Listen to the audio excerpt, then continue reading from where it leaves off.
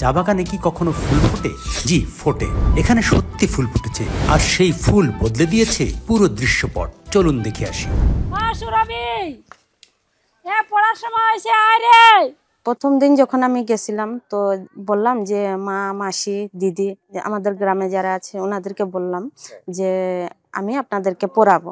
ওনারা মানে রাগ করতেছেন, এখন মানে আকাশ থেকে পড়তেছে যে আর এখন বুড়া হয়ে গেছি, এখন তুমি আইসো আমরা পড়াইতে। না রে বাবা, আমরা পড়ালেখা করতে পার না, তাছাড়া আমরা বাগানে কাজে যাই, আর কই সকালে 8টার সময় গেলে রাইতে আইলা পানি কাঞ্জি ঘরের নানানটা খাবার টাবার বানানি, সন্ধ্যাবাত দেওয়া, আরো আছে তো ঘরের কাম, আর লাকড়ি ঝুড়ি দেখানি। না রে বাবা, আমরার পক্ষে সম্ভব না, এটা করতে পারবো না। ও বুঝাইছে যে না, বয়সের লগে কোনো সম্পর্ক নাই, পড়ালেখার কোনো বয়স লাগে না, যে কোনো সময় আপনি পড়ালেখা করতে পারবেন, যে কোনো কিছু শিখতে পারবেন, শিক্ষারও কোনো বয়স নেই। মনে করি নিজের মন থেকে পড়াইলে সহজ, আর মন থেকে না পড়াইলে তো কঠিনই মনে হবে। আমি যদি মনে করি দূর আমি পড়াইতে পারবো না, এদেরকে পড়াই আমার লাভ, আমি তো টাকা পাই না, মানে গুরুত্ব দেওয়া হইলো না, যার কারণে আমার মন মানসিকতা ভাঙা গেল, আমি ওদেরকে পড়াইতে পারবো না। আর আমি যদি মনে করি না, এখন আমি যখন একটা ডিসিশন নিছি, আমি যখন চাইতেছি ওনাদেরকে পড়াইতে, তো একটু গুরুত্ব সহকারে পড়ি, যে আমার আগ্রহ দেখে ওনাদের আগ্রহ বাড়ে। আমার এই গ্রামের যতটা চা শ্রমিক বোনেরা আছে, এখন ওনারা নাম দস্তখত লিখতে পারেন, এখন আর টিপসই দিতে হয় না।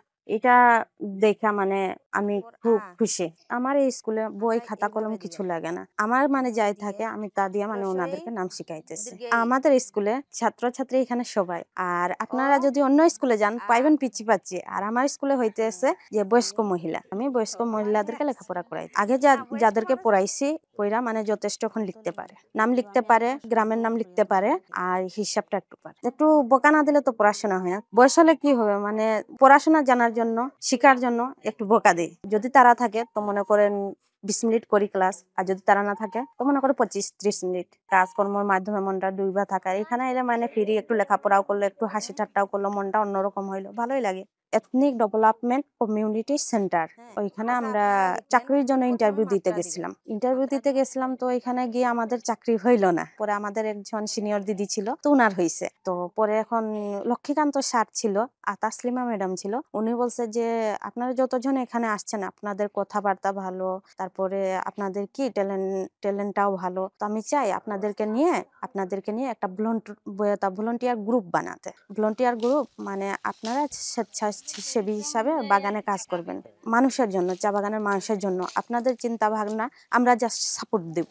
বললাম যে স্যার আমাদেরকে সময় দেন, কিছু সময় দিলে মনে করে আমরা ভাবতে পারবো যে আমরা কে কি করতে চাই। পরে আসলাম, সারা কাজের ধরনটা বলে দিল যে আপনারা চাইলে এইটা করতে পারেন, ওইটা করতে পারেন, ওইটা করতে পারেন। তো আমরা আসলাম বাগানের দিদিরা ভাইয়েরা সবাই মিললাম, মিশে 2জন ছেলে ছিল, তো ওরা নিল রক্তের গ্রুপ সবিতা দিয়ে, উনি নিছে সেলাই মেশিন, আরেকটা দিদি আছে উনি নিছে বাচ্চাদের পড়ানো, আরেকটা দিদি আছে উনি নিছে নকশিকাতা, আর আমি নিলাম ওই যে বয়স্ক শিক্ষা। যদি আমরা নামটা শিখাই তো ওনারা সুন্দরভাবে লিখতে পারবে, আর নিজেকেও কেমন লাগে যে আমি চা বাগানের মানুষ বলে আমি টিপসই দিতে এসেছি। যদি আজকে একটু না একটু পড়তে পারতাম তাহলে ঠিকই মনে করে আমার নামটা তো অত্যন্ত লিখতে পারতাম, হিসাব নিকাশও করতে পারতাম। এই যে আমরা বাগানে কাজ করি, আমাদেরকে কয় ঘন্টা কাজ করানো হয়, কত টাকা আমাদের বেতন, তারপরে প্রত্যেকদিন যে আমরা কাজে যাইতেছি, কই কেজি পাতি তুলতেছি, কই কেজি পাতি না, সপ্তাহে ওই টাকাটা হিসাব করে আমরা ভার করতে পারতাম। আমি জানালাম লক্ষ্মীকান্ত দাকে, তারপর তাসলিমা ম্যাডামকে, আরো 2জন ছিল কমিউনিটি ফ্যাসিলিটেটর, নুপুর দাস আর গীতা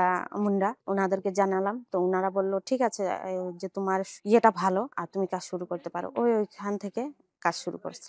আমি চাইতেছি যে ওনারা পড়তেছে, আগে তো একবার পড়াইছি এক দলরে 5 জন নিয়ে পড়াইছে, এখনো 5-6 জন পড়তেছে।